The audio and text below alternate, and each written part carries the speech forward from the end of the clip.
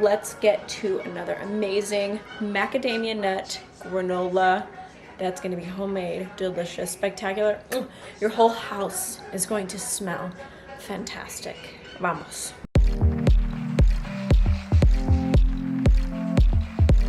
To start, we're going to chop up some macadamia nuts and almonds, and we're going to gather oats and almond flour or meal into a large mixing bowl. Add your macadamia nuts and almonds to the mix in addition to sunflower seeds, flax seeds, cinnamon, nutmeg, and salt, and a tablespoon of chia seeds, completely optional. I like to add those superfoods as much as I can. For the wet ingredients, we're going to add olive oil, date syrup, maple syrup, sun butter, and just a touch of vanilla paste, and combine with a whisk until completely smooth and homogeneous. Add your wet mixture to the dry mixture. It won't seem like enough, but it will be. Just be patient.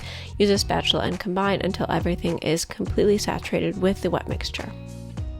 On a lined baking tray with a reusable baking mat, or you can use some parchment paper, we're going to add our granola and evenly disperse it until every corner of the baking tray has been covered with the granola mixture. We want it to be really nice, even, and flat. Take your granola and bake it at 320 Fahrenheit, 160 Celsius for 20 to 25 minutes, turning halfway right before it starts to burn. You want it to crisp up but not be rancid.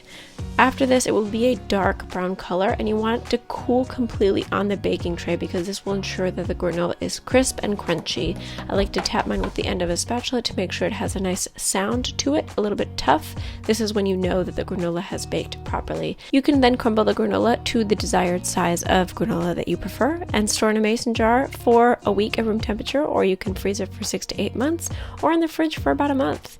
I hope you guys enjoy this recipe. Be sure to subscribe to the channel for healthy vegan recipes every single Friday and daily shorts. See you next time.